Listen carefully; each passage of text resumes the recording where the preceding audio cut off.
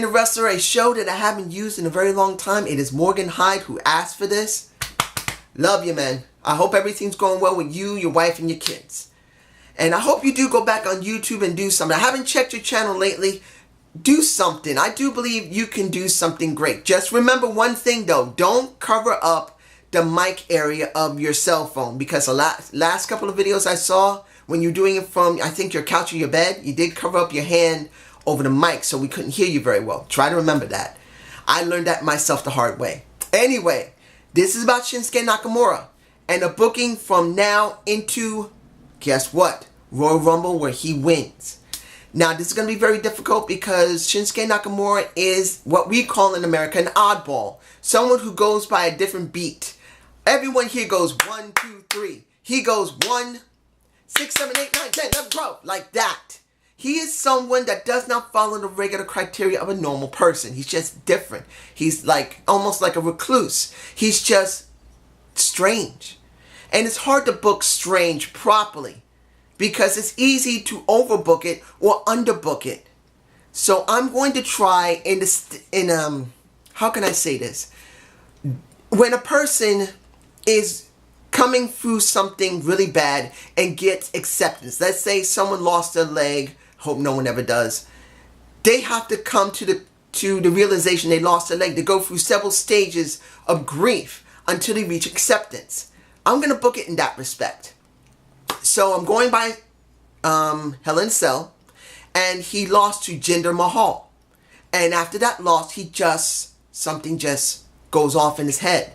And he goes through several stages of trying to accept the fact that he has not gotten anywhere. The first stage will be him being like a traditional samurai warrior. I know that's very cliche, but why not? When have we seen a true samurai warrior character in the WWE? I've always said the WWE does not take full advantage of current trends and genres. Like when it comes to seeing people who are otakus, that's someone who loves manga, anime, and anything related to it, even cosplaying as anime or anime character. He goes for traditional samurai, like the old 50s, 60s, or 70s movies. He does the basic samurai. He goes with a wooden sword. I don't remember the name of it, but instead of using, I think it's a kendo. That's the original name for it, like the kendo sticks. This is a kendo. If I'm pronouncing it right, if I'm wrong, someone tell me the name of the wooden sword that the Japanese in practicing kendo actually use. But he carries it around with him. And whenever he gets frustrated, he breaks something with it. Now, when it comes to an actual person, he could use the standard kendo sticks that people have been using right now. But instead of doing it and wielding it like regular people do, he wields it like a real Japanese samurai warrior would. He flips that sucker around and whacks somebody with it just the right way and shatters it every single time. That is what will get him over as a samurai warrior. Then he goes from being a samurai warrior to a businessman. A Japanese businessman who cares about his work, who will be focused on just one thing, nothing else. If someone says, hey, Shinsuke, you want to get something to eat? No, I have to work. No insult to anyone who's Japanese. I'm just saying it in the criteria of what current trends are. Japanese and even Japanese American are very focused when they really want to be in America. Because there are differences to Japanese Americans sometimes compared to those who live in Japan directly. Because there's a stark difference, their attitudes. But, I say but, he is focused on the ring. Learning everything about the ring. Writing notes about the ring. Writing how the ring responds. He goes and watches other people's matches. He learns from other people. He's learning. He goes around with a briefcase. He opens it up. He sits down in a chair and he writes down everything he sees from everybody.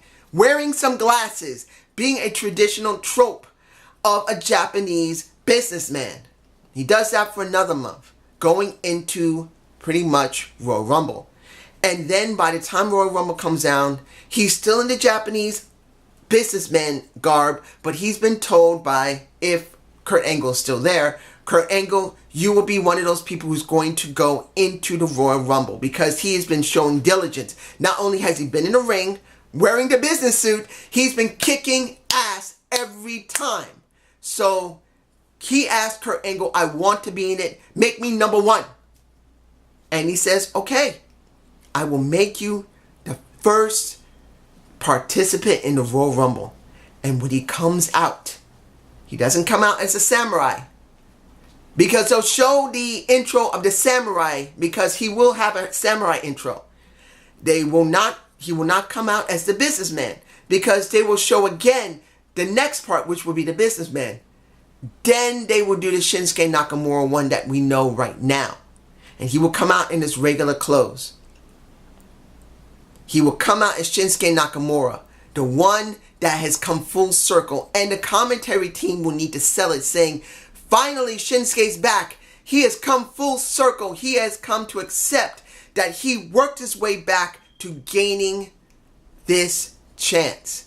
And he goes through everything to stay in that ring. He'll go through AJ Styles. He will go through Baron Corbin. He will go through Chris Jericho. He will go through Bray Wyatt. He will go through Jinder Mahal, who by then would have already lost the title. He will go through everyone until the very end, when he'll be dealing with Roman Reigns. And I know that's going, what? It's better for him to deal with Roman Reigns than John Cena or Randy Orton. The reason is that at this moment, Roman Reigns would be considered a heel. I may actually do a book and wrestle on Roman Reigns as a heel. But anyway, he will go through Roman Reigns, and he will win the opportunity to go to WrestleMania as a champion. Well, not a champion, you know what I mean. They're going face the champion. But here's the interesting thing. You got to choose which one he goes to. Because at this time, he's still on SmackDown. So he decides, even though it's not something you normally do, he makes the request to break his contract and go to Raw with Kurt Angle. Kurt Angle signs him up. He goes to Raw. And then he goes after the current Universal Champion, who by this time would be, not Braun Strowman, but for me personally, I would have liked, and I probably will book again, a Cesaro. Cesaro becomes the champion, and he goes up against Cesaro at WrestleMania. I know that Cesaro is not the greatest star power, but I believe Cesaro is the best person, for the simple reason that Cesaro has shown his incredible toughness, because his front teeth got knocked into his face and probably lodged itself almost in its nose. So that is the reason why I would pick him, because he's that freaking tough. And they would headline WrestleMania 34. And in the end, Cesaro would retain. But it's not about Cesaro losing and Shinsuke winning. This is about getting Shinsuke Nakamura. Well, I always say, you have to have relevance or title or both. In this case, I want Shinsuke Nakamura to have relevance. Relevance is important because sometimes you tend to lose that gift. That someone's important to you. Someone can draw seats, can bring people in with their words, with their actions, with their attitude. That's what I want for Shinsuke Nakamura. Now, I hope you enjoyed this Booking the Wrestler. Please give me a comment below and watch for my SmackDown review tomorrow or today, because it counts when I'm uploading this, because I am doing this right after Raw. Peace!